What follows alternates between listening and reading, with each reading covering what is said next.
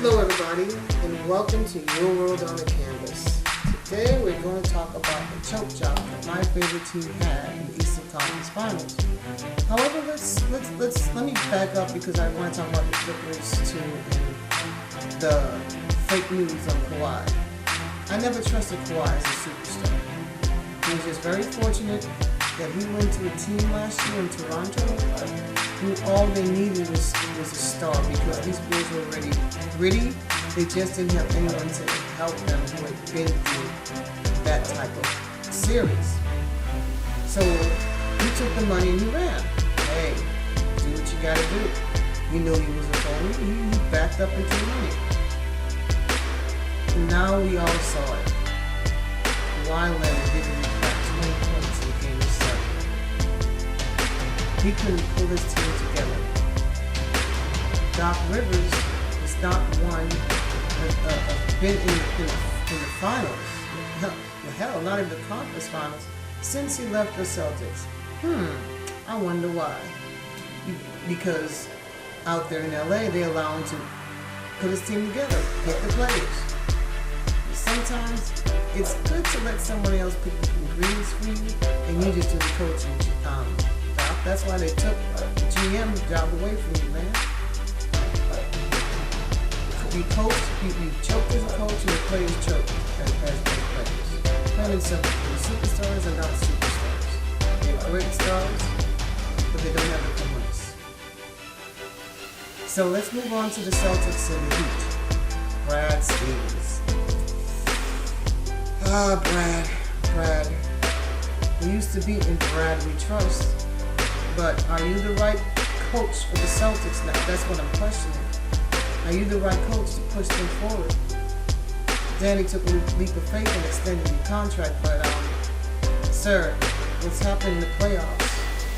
Yes, you're barely surviving by the tip of your fingers, man. Should have never lost last night's game.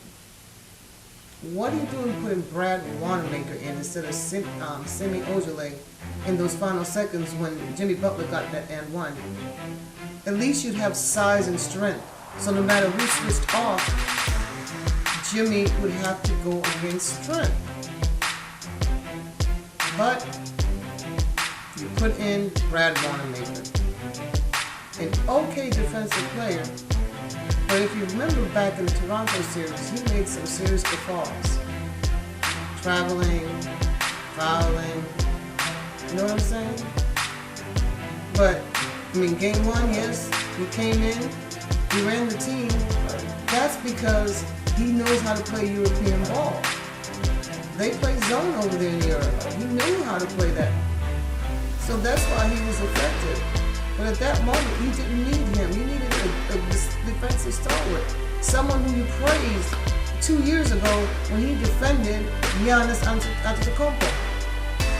But yet you did not put him in. And that guffaw cost you the game. Let's move on. We talk about individual players. Jaylen Brown, you can't really talk about Jaylen. Jaylen's hurt. I know he's not saying anything, but you could tell he's not moving like himself. He's not. His leg is heavy. That's because he's still nursing a groin injury. Look at him move. You can see that. He's still nursing that groin injury. He doesn't jump. So you have an injured star, a superstar to beat also, because this boy, everybody underestimates him. But for them to win, he has to be more of an impact on the game athletically.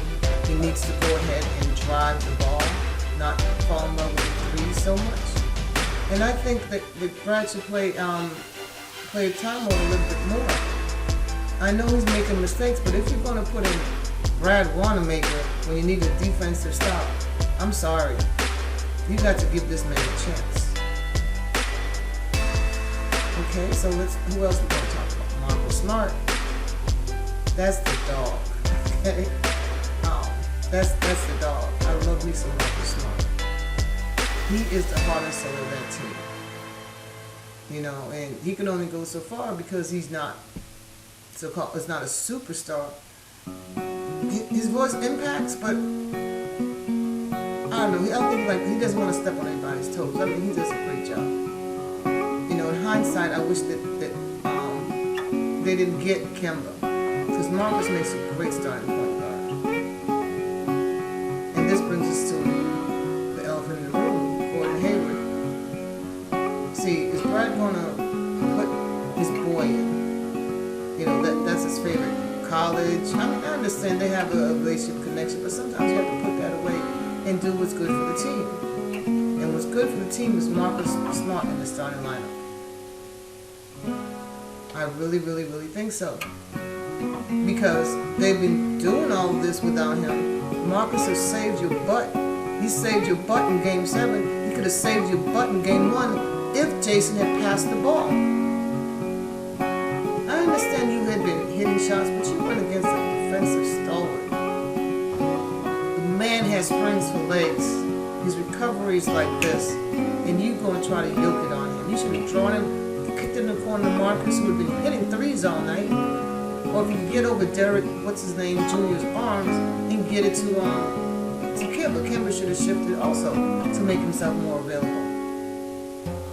The team just started to stand around and watch the stars go to work. First, okay, walk it up. Kemba, you take a turn. All right. After Kemba take a turn, Jason, you take a turn. It didn't do much with Jalen. Again, remember, because he was hurt. Usually Jalen Brown scores most of his points in the third quarter. Third quarter is meant for Jalen Brown. They didn't run that many plays for Jalen last night during the third quarter because they did not want to aggravate his injury. Theis does his job as a hard worker. He's never going to get a call, so we just have to suck it up and keep going. Kemba, what can I say about Kemba? Actually, Kemba is related to his friend. Their family from the same country. They are related. Isn't that something? When they talk about 6 degrees of separation, my best friend's sister is talking to a celebrity. I'm not going to mention the celebrity's name because the celebrity, she doesn't want to be with the celebrity. The celebrity is still going after her. But the thing is, if you don't want to be with the man, but you're still picking up the phone and calling him, but that's neither here nor there. You know, Kemba Walker. Kemba. What are we going to do about Kemba? Kemba is dribbling the ball like he was still in number 1 option at the Bulls. He said he came to the Celtics because he saw he had help.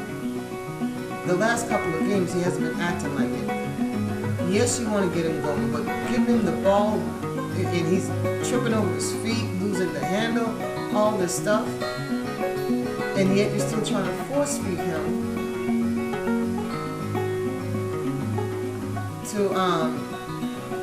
to get him going. And Kemba should know to get up off the ball. That's why they started going static and doing one-on-one. Okay, Kemba, your turn. Jason, your turn. Jalen couldn't really get involved. So it was just between Kemba and Jason. That's it, mostly. That's not going to get it, Brad. Eric Spoelstra is out coaching you. His experience shows. Your indecision show.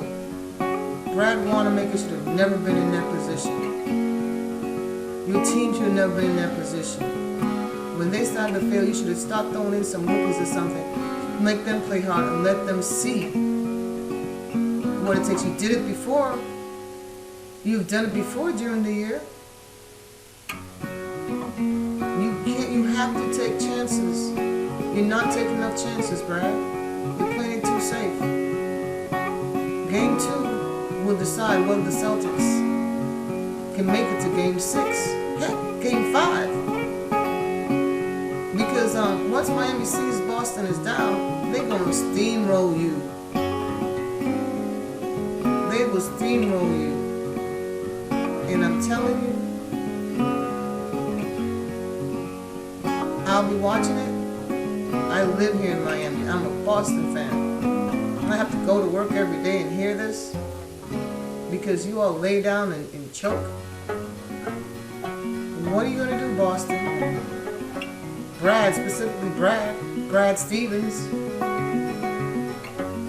You got a contract extension And that extension, I don't know if you were worth it. If I was then, I would have waited till after the playoffs to do something. Because Brad, you're choking.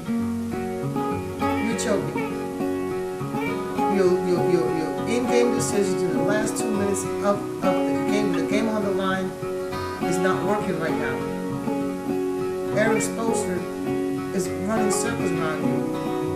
He has a rookie, another player, I think Robinson in the G League or something? None. Who will they compare talent-wise to your guys? You need to get a burr up their butts and keep it there so they'll understand that you can't just talk a good game, you have to perform. You can't just rely on your skills. You have to do other things on the other side of the ball. If you're a great offensive player, you must involve those who are not. You must trust those who are not. And in that moment, you did not trust Semi Ojeleye to defend, which is what he does. 2 years ago, Semi defended Giannis, and you were happy with his ability to defend a 7-foot Antetokounmpo. Now you got a 6'7" Jimmy Butler, and you didn't do that. Jason made the wrong decision. He didn't trust his teammates.